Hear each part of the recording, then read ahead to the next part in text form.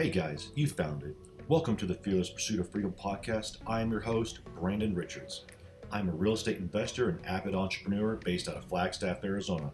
My wife and I run a real estate investment company, the OPF Group, and the brokerage, OPF Realty. We focus on land acquisitions across several states, flip and build homes, acquire and wholesale apartments, and we are now the proud owners of the real estate investor software, Deal Manager Pro. Deal Manager Pro is a real estate investor CRM that we are building based off of our 10 years of experience in the game.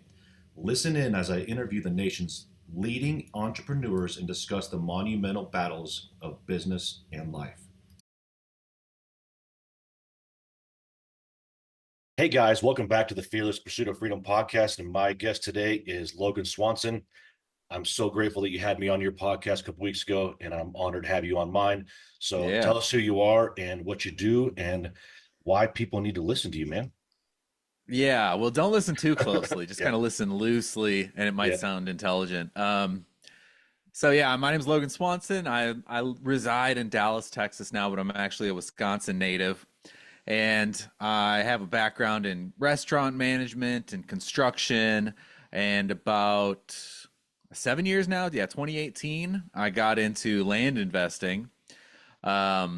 And have been doing that ever since, just kind of out of the necessity of needing to get out of the 9 to 5 grind, or I should say more realistically, my grind then was like 7 a.m. to 10 p.m., kind of doing 2 jobs and all that. And now we flip land, we subdivide land, I fund land deals, marketing, all sorts of stuff. I have a podcast called TheLandFixer podcast where people can come learn about land there as well. So yeah, a lot of stuff. Awesome. So when you left the restaurant world, why land? Why not wholesale and houses and all that jazz like everybody else? Or did you? No, I actually looked into a lot of that stuff, and even in 2018, a lot of the people that you start going into communities and Facebook groups and things like that. And a lot of the people I spoke to are like, it's good luck. It's already tapped out. There's so much competition now. It's so hard for people to get started. And, since I was not a real estate investor, I just kind of took them at face value, and I don't necessarily think they were wrong. It is still very competitive and was then. But everybody said that land was an untapped market and there was no competition. And I got in early enough that was pretty close to the truth. When I started, I could send out a batch of 100 letters. And I remember one time I sent 100 letters and I bought 7 properties off of 100 letters. And they're all great deals. They were all at 10, 15 cents on the dollar. Now that is not the case, but when I started, that really was the case in certain markets. Yeah, that's pretty unfortunate because same deal is I left the Dallas market in regards to wholesaling because it was just oversaturated. I'd show up to a customer's house, client's house, and there'd be 15 postcards on the countertop. And it's like, man, it was a burden. Or they would schedule a showing with 10 of us and not tell anybody, and we'd all pull up, and I'd be like, oh look, who's here? And so that got pretty frustrating. And so unfortunately for me, I got in the land game pretty late because that's a pretty hot topic right now. Now land used to be the secret little niche and not so much anymore. And it's been it's an uphill battle right now as for leads. Yeah, the acquisition side is tough, and I think, at least from my understanding, that's just kind of how all kind of aspects of real estate go. Somebody finds a niche market, does really well there, and then they realize they can make even more money selling courses, and then a whole bunch, and it's the way it goes. But just like everything else, if you have the right, ground game and everything else, you can stick around and do really well.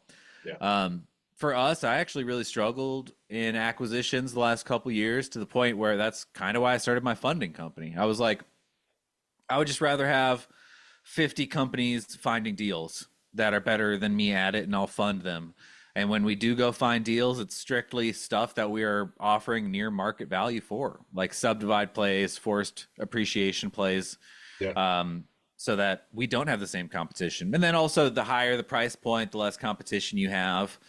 So chasing those bigger deals, and that's kind of the the way that we've been able to stay active over the Yeah. past couple years. Yeah. Yeah.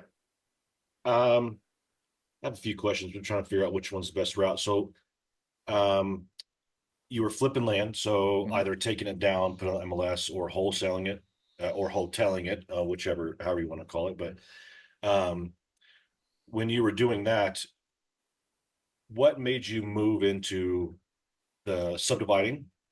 Was it something you always wanted to do, and the smaller deals are kind of just the gateway drug, or did one fall in your lap and you're like, oh shoot, this is definitely the way I want to go? Yeah, so we never actually did. Before I get into that, we never actually did wholesaling or wholetailing. We never tried to flip contracts. We took everything down, Okay.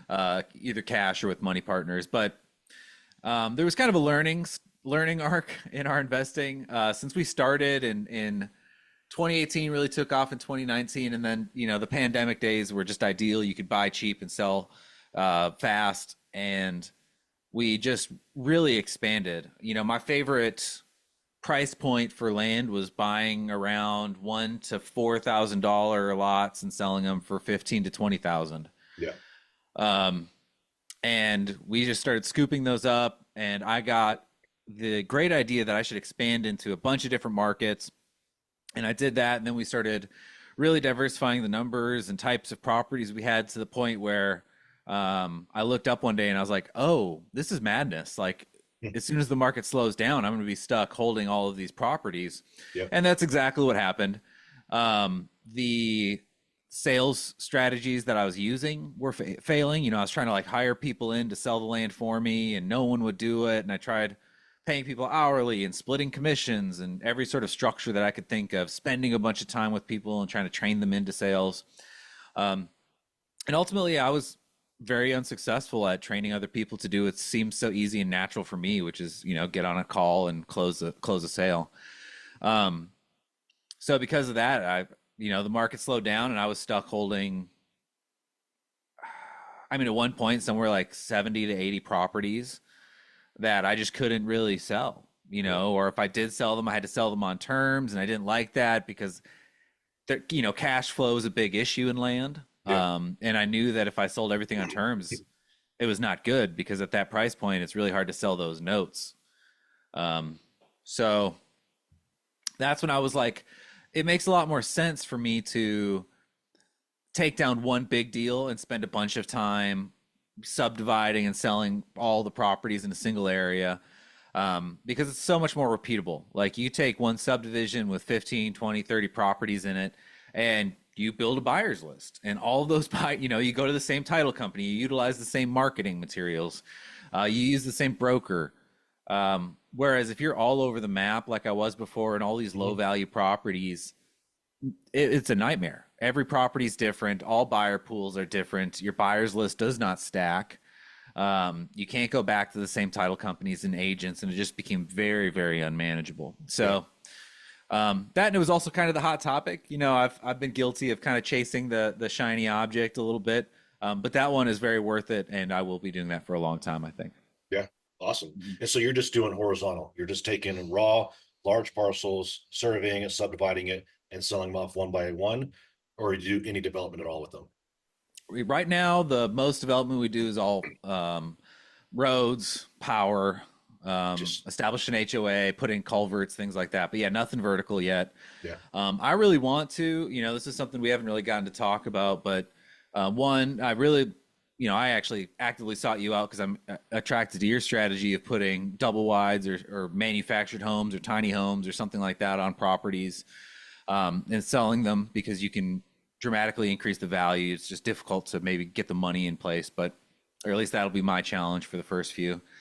But my ultimate goal is, I found that I have very little passion for land, Great. or I guess real estate in general. I like the flipping, and like the money making of it is not as exciting to me anymore. It really was when I didn't know what having money felt like, but now that Mhm.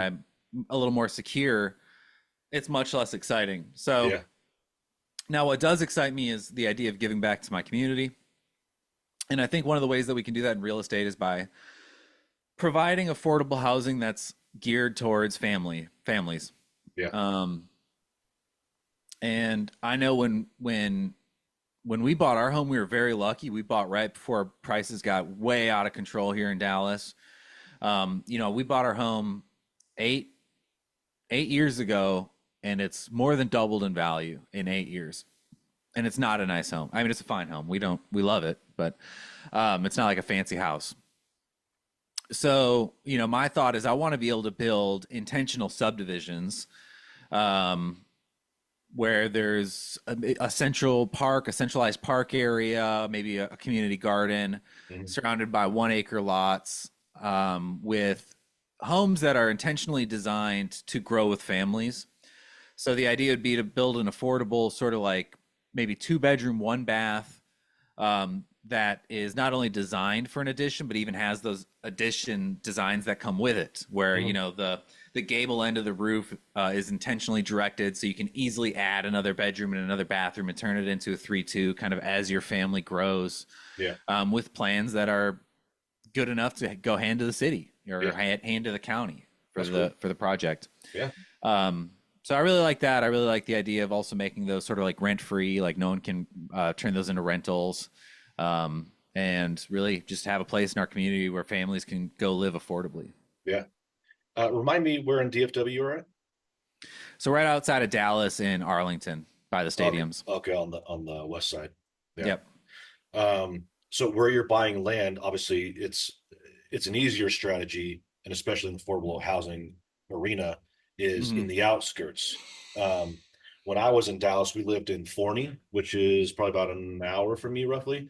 Yep. And so I was running around Terrell, Kaufman, and some other low end areas where I don't like to be anymore, obviously. But um, uh, so you mentioned acre parcels. Have you found an area where you're targeting, or is this like this is the first steps into that model you want to do?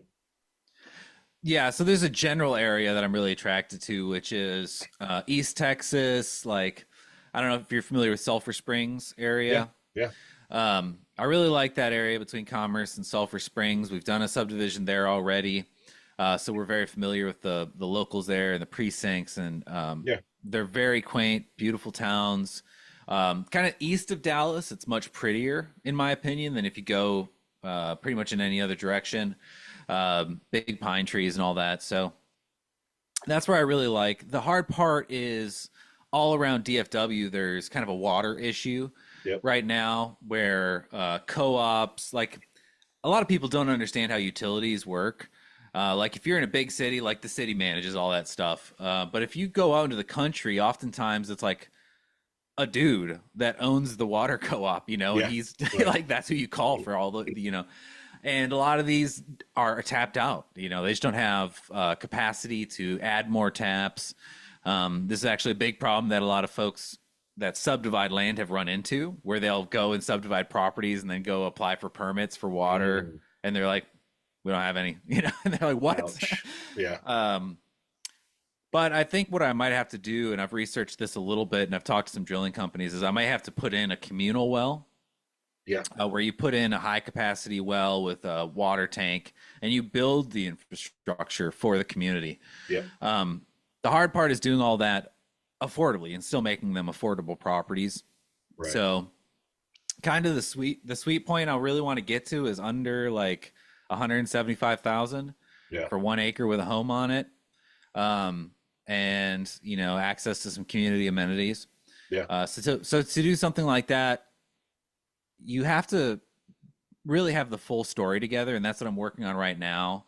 Is I'm presenting land owners that I'm going to buy the land from with the end project and be Yeah. like, Yeah. hey, and everything's outlined. Like I'll make something like $10,000 to $15,000 per property, so I'm not Mhm. going to get rich on it. I'm like, all of this is the whole goal is to maximize what someone can buy and start a family with. So I Yeah. have to kind of sell that dream to the landowners who would then peel off the acreage for me Right. to accomplish it. So I'm hoping to maybe a year away from really launching this in full. I have a couple projects I have to wrap up. I'm building a coffee shop right now, so I have to make sure I have bandwidth for it. Yeah. Well, a couple of things come to mind when you're saying that was, sorry, I can't clear my throat today. Um, Under 175,000, I'm thinking, well, shoot, man, like the houses that I'm buying are about 120, 135,000 at wholesale prices. But then I remember my buddy has a park that I wholesale to him, and Cavco has really, really nice 2 1s and 3 1s, and actually 3 2 single wides that he's buying for like 55, 60,000 wholesale price. So then I was like, oh, okay, now the model still works. Um, and so I'll get you that contact, by the way. Yeah, that'd be great. And then because he ships out of Fort Worth, that might be a Clayton product there, but nonetheless, it'll still be a really nice product. And then out here in our remote areas or more rural areas, we have cistern tanks. We discussed Yep. this last time. Is Hmm. there much of that in that area? You know there isn't, at least not that I'm aware of. Yeah. The closest thing that we've run into is when we're planning communities, sometimes the fire department doesn't like the fact that there's not water out there. So they, Right. talk about density and things like that. Yep. And we almost had to bury a giant tank that was just had a well set up and held water for fire suppression. Yep. But no, it's kind of funny. At least not here. If you go to West Texas, where people are doing that desert living, you say, talk about cisterns, and everybody understands what you're talking about. But up Yeah. here, it'd be a tough sell. Like you'd have Yeah. to have, really educate on somebody on what it does. Yeah. No, that's a good point because around here, there's, I don't know, 3 or 4 spots where you can just literally drive up with a giant tank in your trailer in the back of your Mhm. truck and just fill it up for like 3 or 4 cents a gallon. It's kind of cool. Yep. And then it's funny, you reminded me of this other neighborhood where it's full on HOA subdivided to 30-acre parcels. I can't remember now, but on every major intersection, there's a huge, like, I think 10,000 gallon tank, and it's designated for fire department because when they Yes. approved the subdivision, they had to have those. And that reminds me that when my buddy is doing another subdivision, we have to have 2 points of egress and ingress that Yep. meet certain widths, but then the fire department gets involved, emergency response gets involved. There's all these things you have to take into account, like turnaround radius for the fire trucks and all that 75 jazz. foot. Yep. Yeah. Hmm. Yeah. But it's fun. I love learning all that stuff. So it's an exciting project. Exactly. Yeah. And that's kind of my goal too with this development is, building this sort of starter home is going to be the easiest sort of product to build. Yep. And if I know, hey, I'm building 10 of them or 12 of them or something like that, it also gives me the ability to have some sort of economy of scale when I'm buying building materials and things like that. Yep. So it'll give me the opportunity to tackle a big project that's very, I don't know, as far as these projects go, it's relatively low risk. I'm building a product that will sell Yep. probably at the price that I'm, going to list Yeah. it for. Right. So it should be a relatively safe investment when I go seeking funds. Um, but yeah, there's the idea of like installing a water utility for an entire community and then the infrastructure around it to manage it and the collect the dues, and that goes in the bank account, and there's got to be a president, and Yeah. it's a lot. It seems like relatively simple and you're like, yeah, we'll just put, but it's a lot. It's a lot of paperwork. It's a lot of headache. But you learn so much every time you do it. That's one of the reasons I really enjoy the development is Yeah. I guess I have that like, TikTok ADHD brain that just constantly needs to be fed with new problems. Otherwise, I start creating them in my life. Right. Well, that's just about every entrepreneur, ain't it? Yeah, yeah, Yeah. Shoot, I had something. Um, Crap. Oh, out here, like you mentioned, some people in due diligence, they just totally don't even bother getting approvals from local municipalities for water, and then finding out later, like, oh shit, I can't have water in my community. Out here, obviously, if you remember to do your due diligence, when you do your study, your well has to produce whatever it is gallons per minute for the amount of properties, but it has to have the endurance of 100 years. I would yes, assume it's pretty similar in Texas. yeah. That's my understanding as well. Um, Now, how they figure that, I don't know, and Yeah. especially in Texas, where um, a lot of folks don't know this, but there's only one natural lake in Texas. Every other one's man-made. Mhm. And I'm actually coming out with a podcast soon where I'm covering this, but there's a couple more lakes that they're intending to put in to help kind of stymie the water issues that we're having here. And every time you divert major body, like you change the groundwater, so I don't even know how Yeah. they do that or how they account for it. I also had a recent episode where I was talking about climate change and how that's affected everything. I was talking about these fires that are going on in LA, or I guess are maybe finally under control now, and all of these weather changes and climate changes, whatever, have a direct impact on land values Yep. because everything gets more complicated, everything gets more expensive. That's kind of the plight of developers right now in Texas. Is the standards for infrastructure have gone way up in a lot of areas, specifically the Bay Area. The I guess what is it, the Gulf of America now, the Yeah. Gulf of America region. Um, Where it's snowing. yes, where it's currently snowing. Um, and yeah, so I don't even. Long story short, I don't even know how they figure that stuff out. And if you've met the well drillers out in Mhm. East Texas, like who's doing this? Yeah. Well, I mean, they all most of them show up with their what are those sticks called? Those shoot Oh yeah. the rods where they run them together. Mhm. Anyways, most people know what we're talking about, but it's Right. like it to me, it's like what? And I mean, I get it because we got magnetic interferences and water and all that jazz, and that's helping with that. But to me, it's like you're looking at it, for the first time, it looks like voodoo. It's like, what the hell's going on here? How does this do with some sticks know where I'm going to drill my 100-foot well, not waste $10,000 or whatever? Yeah, But and it can appear very nonsensical. Like we have a subdivision that is literally right on Lake Tawakoni, and, mhm. and the water utility there, like all of them, is very dodgy. And they like refuse to tell us where water lines are and issue taps and things like that. And we looked at it and we're like, no big deal because we can just drop a well. It's right next to a lake. Like obviously there's groundwater there. Nope. Mhm. It's the one spot in the county. I called every driller, everybody, and they're like, you could drill for 1,000 feet. You're not hitting anything in Jeez, that area. that Um, sucks. yeah, yeah. It seemed like such a sure thing that I didn't even check it. Mhm. Pretty wild. Yeah. Well, one of those big man-made lakes, are you talking about the one that's coming up in Denison where they're doing like the where they're supposed to be holding like a bass tournament there within the next 10 years, like the biggest one, and then they're doing like this Yes. the jet skiing park and all that jazz. Yeah, I think there's 3 lakes going in Texas. Jeez. Yeah, Yeah, yeah, that's it's crazy. really cool. I want to. I love that. I'm fascinated by utilities and infrastructure. Um, there's a YouTuber, if you ever need to kill some time, called Practical Engineering, Okay. and he's based out of San Antonio, and all he does is go like look at dams and bridges and how things are constructed and why and all the engineering that goes into them. Yeah. Like he just did an episode on the Riverwalk in San Antonio and how they managed to keep a constant water level. It's just so cool. So yeah, that stuff fascinates me. I'd love to go like see them flood a new reservoir, a new lake. That'd be Yeah, incredible. it would be cool. Yeah. Um, you've mentioned a couple times, and I'm interested because I almost did it myself. I had two shops under contract, but your coffee shop, are Mhm. you starting that from scratch? And this is like a passion project, right? Because it's a new thing, it's cool and exciting.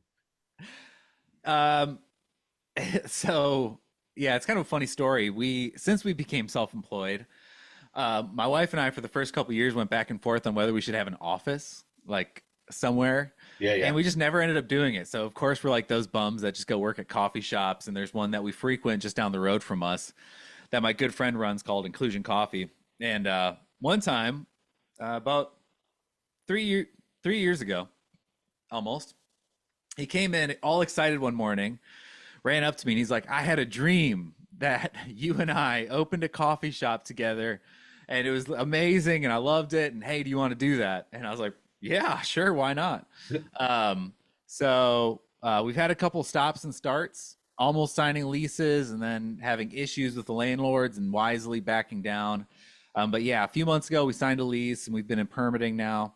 And again, something with a lot of new challenges and things to learn. But we're taking the concept from his coffee shop, which is called Inclusion Coffee here in Mhm. Arlington, and we found a very similar space, and we're gonna go pop one in there. It's right on the edge of Dallas, off of 30 and Beckley. Nice. That's Hmm. super cool.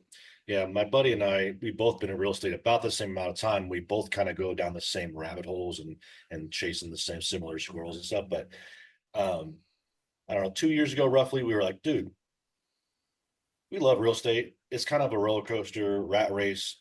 We need to go find some businesses to buy.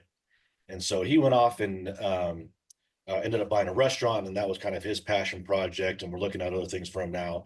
And then I went down the coffee route. I was like, dude, if I Hmm. buy a coffee shop, I can go to Colombia as a business write-off and go find my own beans and go Yeah. traveling, several times a year. And And Hawaii. yeah. And so we actually visited a coffee farm out in Colombia one time, and I almost bought, and the only reason it didn't go down because he ended up asking an exuberant amount of money. But there's a local guy, super cool, has two shops. He ended up franchising the one out. But when I started digging through the numbers in the books, the storefront made good money, but he made more money in the roasting, and that was Yep. super intriguing. And he did it so well that he got a contract with Coca-Cola, and now Coca-Cola is distributing his beans for him Yeah. all throughout northern Arizona. It's the coolest thing ever. So, anyways, looking at doing some bean roasting.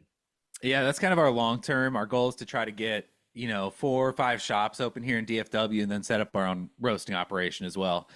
Um, which I'm very, that's what I do. I have a marketing company for land, and my website's even built on Shopify, which is like an e-commerce platform. Yep.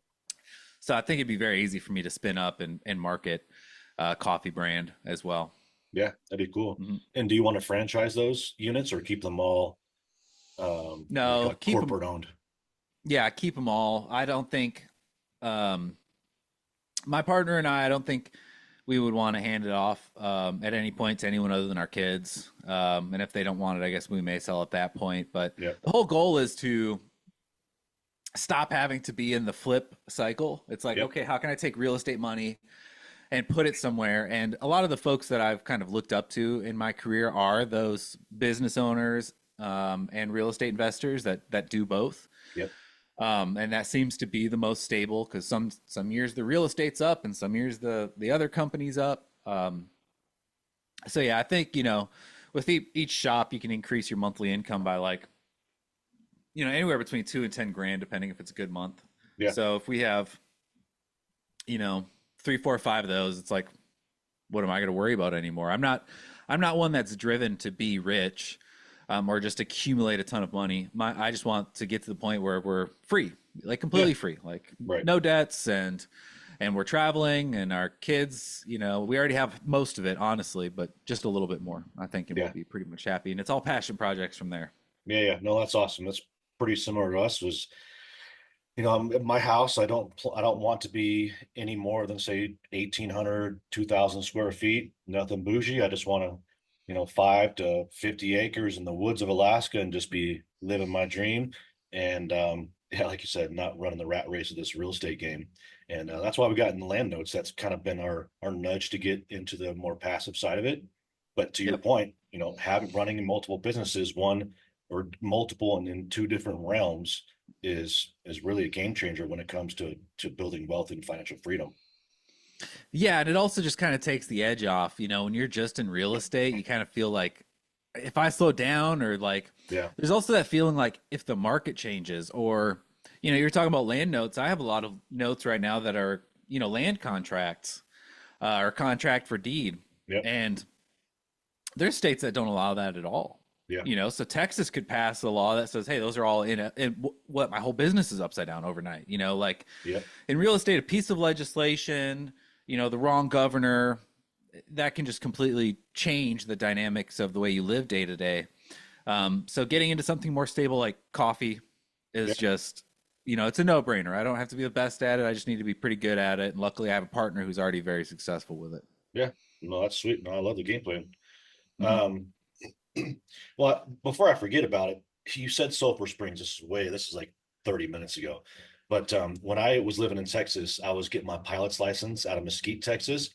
And Mhm. my favorite place to fly was Sulphur Springs because the runway is one of the approaches touches the edge of a lake. And so when you take off, you're just, 50 feet above the lake. And when you come in, it's like, oh, water, water, water, water, water. Don't go too slow, otherwise you hit the water trap. But it's the coolest place to fly to when I was training.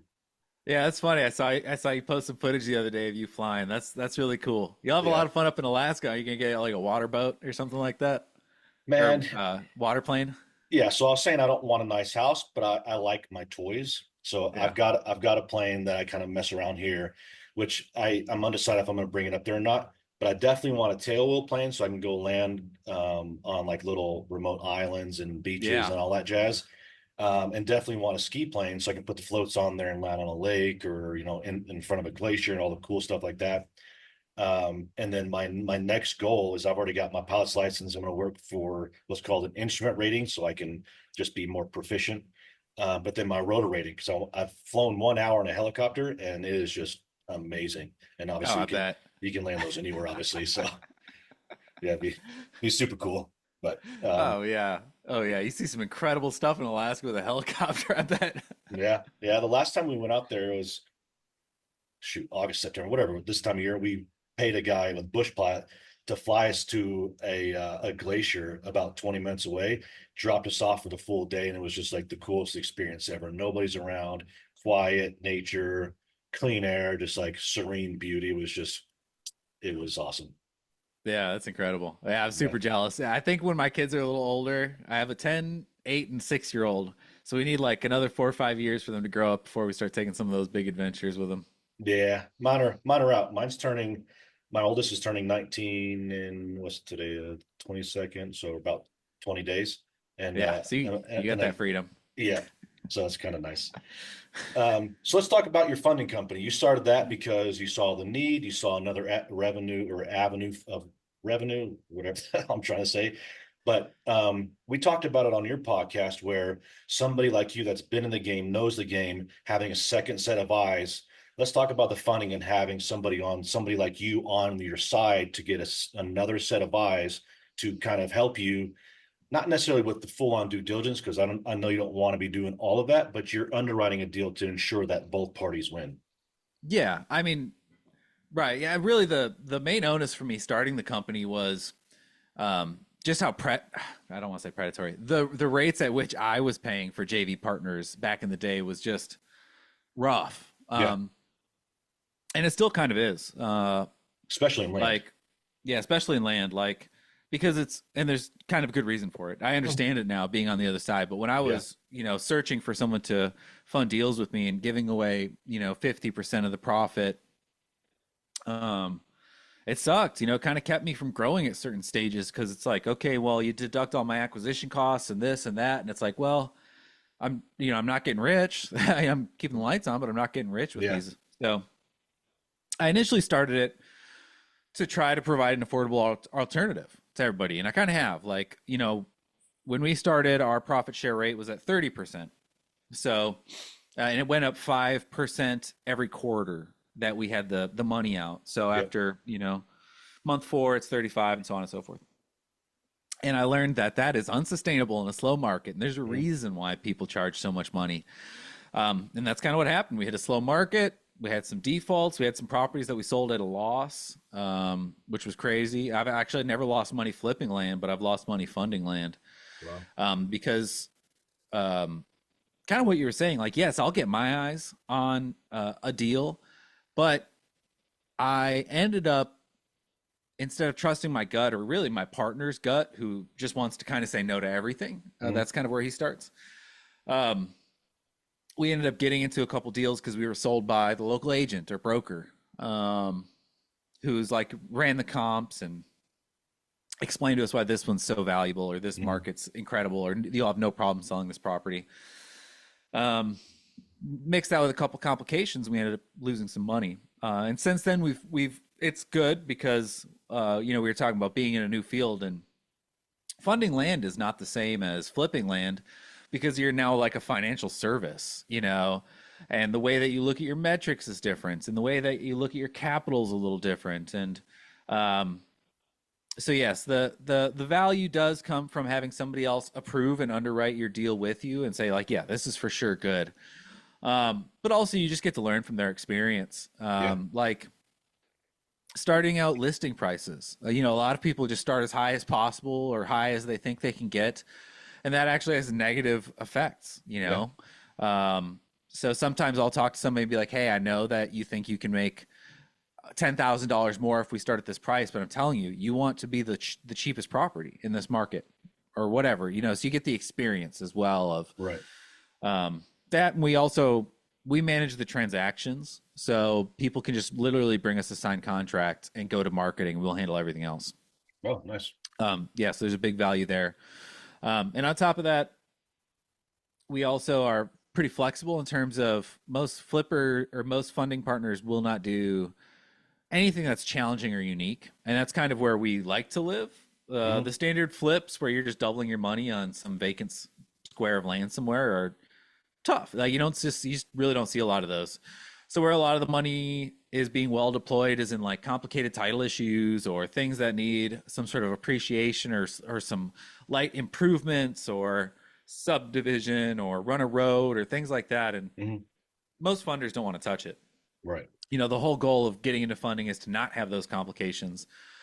But that's where the money is right now. So you need to have some level of understanding of those complexities. Like if you've never run a road before, you don't know what a road costs or what goes into it. Right. And it sounds simple. You're like, yeah, you just call a guy and he shows up with some gravel and he put it down. And it's like, that's not the case. Hmm. Um, so a lot of these folks will come to us with like subdivision projections, for example, and say, yeah, it'll cost 10 grand to put a road through this community. I'm like, there's nobody who's putting a mile or a half mile road through a community Yeah. for 10 grand. Somebody's either lying to you or you're just guessing. Yep. So they get to lean on us for a lot of those Yeah. failures that we had along the way. I mean, that's kind of what educators and things say, but like I've learned almost all my lessons the hard way. Um, so when people work with me, they can take advantage of that as well as get some money. Yeah. Well, that's some of the best lessons, right? I mean, if you hadn't gone through it, you wouldn't have known about it, really. That's right. Yeah, you remember things that scar you. Yeah. Um, so you're still running a little bit of land deals. You're doing subdivision, cop shop. You're doing the land funding, Mm-hmm. and then you got a marketing company. What are you marketing, or who are you marketing for? Land flippers and really anyone in the land industry, I suppose. So Really? Yeah. primelandexchange.com was the website that we built just for our own properties. But like I told you before, at one point we had properties in 14 states. So Wow. just kind of the standard model of go listed with a broker or something wasn't working for us. And a lot of these properties were under 20, 25, $30,000 in value. So we ended up spinning up kind of a extensive marketing operation just for our own properties. And then that kind of transformed into allowing some of my friends to utilize the service who are in the space. And then that turned into a marketing company kind of on its own. Yeah. And we've iterated on that a couple times because the sands of marketing are shifting all the time, just like real estate, if not faster. The way that you market is changing constantly. Yep. So my goal is, or what we've done really is just provided a really affordable listing service. It's $99 a month for 25 listings, or $499 a year, or you can get a lifetime membership for $899 right now. There's limited, I think there's like 15 of those left or something. And we do all sorts of stuff: social media, YouTube sponsorship, creative marketing of all sorts. I've sponsored Instagram people. I've sponsored YouTubers. We've run podcast ads, all sorts of stuff to drive traffic to the website. We are not attempting to compete the same way with like Land Flip and lands.com, where all they're doing is vying for SEO. It's just Yep. kind of non-feasible to really stand out there at our size. So everything is creative. And the goal is to not bring the same traffic or leads that you would get from another service, but a whole new pool of people. Because our mantra on the education and the follow-up that we do is all about seeing land as an investment and a hedge against inflation and giving a lot of people reasons to buy land even if they're out of the market. Yeah. So that's our goal. And the podcast is kind of hand in glove there, because it's just focused on the romantic aspects of land. You can walk out into a field and some people see a field and other people see a community, or a golf course, or they see the potential for land. Yeah. So I kind of like that inspires me. That's kind of what I'm seeing when every time I'm driving around and looking at land. So I'm trying to like breed that into other people so that Yeah. they can have that same sort of excitement and imagination and really see it as dollar signs at the end of the day. Like this is also an investment and a way to grow my net worth, every piece Right. of land I see. Yeah. That's cool. There's I don't remember how I found it, but I happened across a guy. Shoot, I forget his name, but his website is Wilco Land Buyers or something. Have you heard of him? Sounds familiar, but I Yeah. don't know. I found it because I probably happened upon a marketing piece for remote land in Alaska, but I've been following for quite some time now, and he does kind of the same model I do, just buys the raw land, offers owner finance, favorable terms, all that jazz. But it's really cool because most of his land is in cool areas. Mhm. Like you've got the rainforest of Oregon, you got Alaska, you've got Idaho, Wyoming, all these cool areas. And that's something I want to mimic when I get to Alaska, is just have like I'm the Alaskan land guy and I offer like the coolest spots out there. That'd be sweet. Yeah, hell yeah. That's actually, it's funny. I'm having a seminar next month here in Dallas, 4 hour kind of like a 1 day workshop. And I'm going to be talking about all things land related. But the main thrust is if you're going to compete in the land market today, I think, and do a really good job of it, it's best to be a specialist and Mhm. have a cohesive brand in mind from, when you start. Yeah. And that's a great example of it. Be the Alaska Landman. Mhm. Um, or whatever, be the Wisconsin cabin landman or something. The idea of having a very specific niche allows you to really take full advantage of Yeah. social media, of marketing channels. It allows you to be very creative and distinctive in your branding. It's just the way to go, Yeah. and it gives you a mission statement on the buy side and the sell side. Right. Oh, 100%. That's really cool. I like Yeah. that. Yeah. I mean, I'm nowhere near it yet, but that's one of my goals when I get there is to work on that. Yeah, you get like a grizzly bear jacket Yeah. or something like that. Yeah. What's that? Oh man, I had one of those cool national forest catchphrases, Smokey the Bear. I'll just Mhm. have a Smokey the Bear emblem where we're Yeah, saving land around Alaska and providing land for hunters and stuff. yeah, that's really cool. I'm Yeah. talking to a guy in February. I booked him yesterday, and he's a gold mine operator in Alaska and in Canada. Really, So I'm that's going to cool. be interviewing him and talking all about that stuff too, and living in Yeah. that crazy climate. And yeah, Yeah. it's really Yeah. exciting. Yeah. I'll look out for that one. That sounds super Uh-huh. cool. You mentioned a course next month. Is it open to the public? Do you want to go into that a Yeah, little bit? I guess you might have some folks here that are in the Dallas area, but yeah, the whole idea is I'm big on creating a network Mhm. and really knowing the people that are around me, not just in land, but kind of in everything. So I created a seminar. I'm thinking if the first one goes well, I'm going to run it just every month. The goal is not to get rich. I charge 99 bucks, and that kind of covers the space effectively. Yep. There's 25 seats. It's 4 hours. And I'm going to cover as much of my knowledge base as I can. But yeah, the main gist is how to start a land company with the end in mind. All the way from branding to um, how you build your website, the marketing channels you use, all this sort of stuff. Yeah. And it is going to be introductory, so I'm going to talk about how do you acquire land. I have sort of a timeline that sort of demonstrates like, all right, if you're starting with money, these are probably the best avenues, or if you're not starting with money, here's some of your best avenues. Yeah. And then really having people ask like, you don't just want a land company. What do you want that land company to look like? And then trying to build that out as opposed to what most people do, which is just kind of have no idea and take a course and then do whatever some guru says, and usually it doesn't work well. Right. Yeah, that's kind of why I think I told you I was writing a how to invest in land book basically. Hmm. Yeah. So Yeah, that's kind of my goal there is just educate, eyeballs, all that jazz. And so when is your course or your seminar? that's February 11th from 8 a.m. to noon in Arlington, Texas. Actually, at Inclusion Coffee, we were talking about earlier. Yeah. Um, it'll be an hour before that. I'll just be kind of hanging around. People can chat with me, whatever. And I think we have maybe 15 seats left, something like Yeah. that. Man, my daughter's birthday is on the 10th and I have to be back home, but I'm going to be in Dallas the 6th and 7th for a software networking event.